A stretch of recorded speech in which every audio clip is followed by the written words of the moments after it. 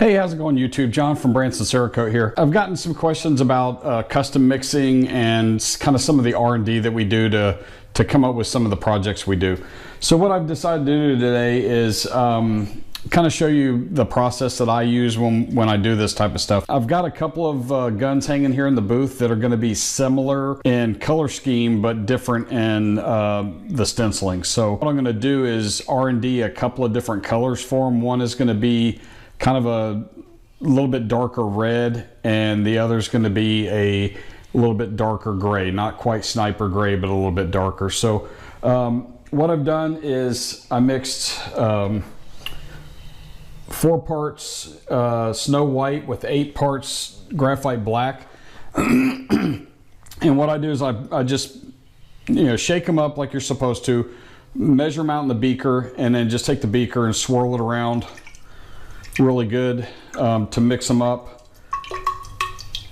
And then obviously at that point you add your hardener, stretch the glove over it, and shake it up for the minute or so. The other thing I do with the R&D, or what I do all of my R&D on, is my wife found these just little strips of aluminum, and they're for some kind of construction. I'm not even sure what they were for, but I got 1,000 of these for $1. So when I'm sandblasting, I'll throw 2 or 3 of these in and just sandblast them down real quick, and then these are what I use to spray. When you're R&D in colors, especially custom mixes, every once in a while you'll run into a mix that just does not work. It won't cure out, it won't dry, it'll still be tacky even after an hour, 2 hours, whatever. So that's why you can't just mix it and say, all right, that looks cool, and then go with it. You've got to at least put it in long enough to tack it out. To make sure that it's going to cure up the way it's supposed to. So what I'll do is I'll just spray these, air cure them for the 8 minutes, and then pop them in the oven. That way I know exactly what it's going to look like on a piece of metal.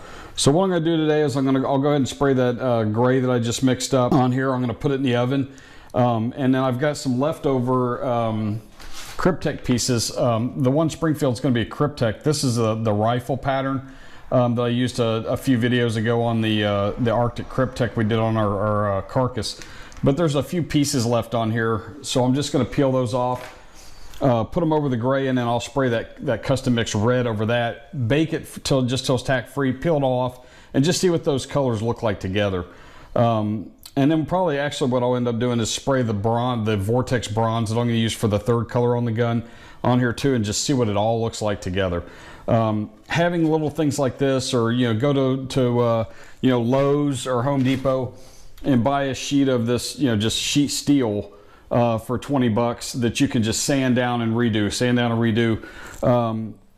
just to practice on and kind of see what things are going to look like before you put them on somebody's gun or one of your own, and have to start over and put a polymer frame through multiple sets through the oven or whatever. It's good to just have something to practice on and do a little R&D. So I'm going to throw the hardener in this and go ahead and spray this. I won't run the video forever to just show you spraying. I think we've done enough of that on video, but I'll spray this, I'll lay those pieces on, and then I'll come back and we'll talk about the red that we're going to mix up. Thanks. Okay, so here's what our gray ended up coming out like, and we've already applied our just leftover Cryptek pieces. And in the beaker, we've got 9 and 3 of Smith & Wesson red and graphite black. So again, just give that a little bit of a swirl to kind of mix the colors before you put the hardener in there. And the reason why I do that anyway is you're mixing 2 substances together instead of 3. Just an idea, I guess. So we got that mixed together. Throw our milliliter of hardener in, and I've mentioned it in other videos, but I'll mention it again while I'm mixing this up. I mix everything at 12 to 1. It gives you a harder surface, and it's less likely to get the scuffs that you get at the higher ratios. Again, just stretch a clean nitrile glove over the opening of the beaker, and just shake it like you would like a paint shaker would shake it for about a minute, and then you're good to go. Your hardener will be more than mixed in. And I mentioned it in another video, but I just use 100 mesh disposable paper, straight out of China off of eBay filters to strain my stuff through. Works fine. You know, no sense in spending money on those expensive plastic with the metal mesh. Ultimately, this comes out a lot cheaper.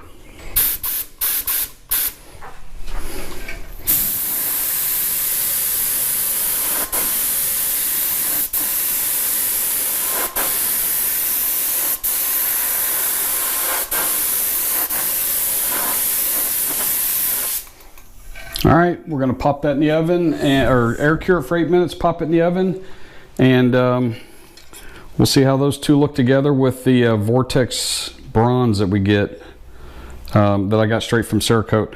I've yet to use the Vortex bronze. I've used the burnt bronze, obviously, and the midnight bronze, and those look really good. I saw the Vortex on there and thought, what the heck, I'll buy a bottle of that and see what it looks like. So that's gonna be our final color, and what I'm gonna end up doing is just kind of hash marking across the surface with the Vortex and just seeing what these three colors look like together before I actually put them on a gun. So pop this in the oven and we'll be right back.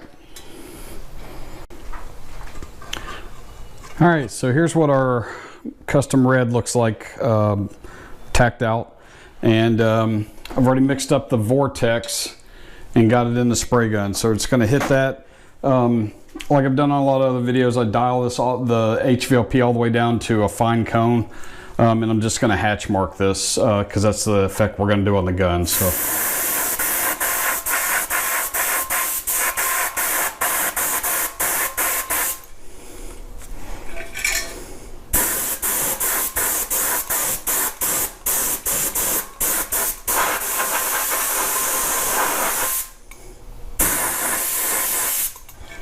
And that is pretty much it. That's what it all looks like wet. And we will pop it in the oven, see what we look like when we're dry. Once I get this tack free, I'll pull it out, I'll pull all the stencils off and kind of show you guys some of that. Probably won't take any stills of this at the end like we do at a lot of our other videos just because it's just a test thing. But there'll be some stills of the actual gun once we're finished with that. But I will hold this up to the camera and show you guys what it looks like when we're done. Okay, so we've taken it out of the oven and peeled the stencils off. And here's kind of our final result. It's kind of hard to see because the bronze is really subtle on there. I'm not sold on whether or not I'm going to do this on the gun. I do kind of like it, and I think it'll look a lot better once it's clear coated. I don't know. I'll make up my mind by the time I get ready to do the project. But that's basically it, I guess, in a nutshell on as far as you know, how I R&D here in the shop. It's basically just, you know, trying things out, doing you know, mixing small batches of things and then just trying them out. But the two big things I think are you've got to bake these things to see what they're going to look like. They're going to look a lot different in the beaker than they're going to look baked on a piece of metal or polymer or something like that. So that would be my first suggestion. The other one would be if you're going to be doing any stenciling, even if you just use pieces of tape to mask off your two colors, to create some kind of a pattern, give it that contrast so that you know what it's going to look like. And probably one other thing that I would go with is if you're going to try and custom mix something and you've got an idea in your head, take a huge swing at it the first go around or first try at that particular color. Mix something 50-50, and that gives you an idea where to go from there. We had a customer's gun in here not too long ago where she wanted it was kind of a copper brown color. I looked at it and I thought, well, that's going to be burnt bronze and Texas tan. I mixed that color 11 times before I thought, you know what, let me try flat dark earth and burnt bronze. And the first time I mixed it, it came out perfect, almost exactly what she wanted as far as the swatch that she had given me. So, you know, don't get hung up on what's in your head as far as, well, this is what's going to mix up and look right. Sometimes you have no idea until you try it. So hopefully all that helped. Don't forget to like, subscribe, share, and comment. Comments are huge. A lot of these videos that I've been doing lately have come from people commenting and asking specific questions or asking for me to do a video on certain things. So please do that. Leave us your feedback, and that lets us know what you want to see. So have a great day, and thanks for watching.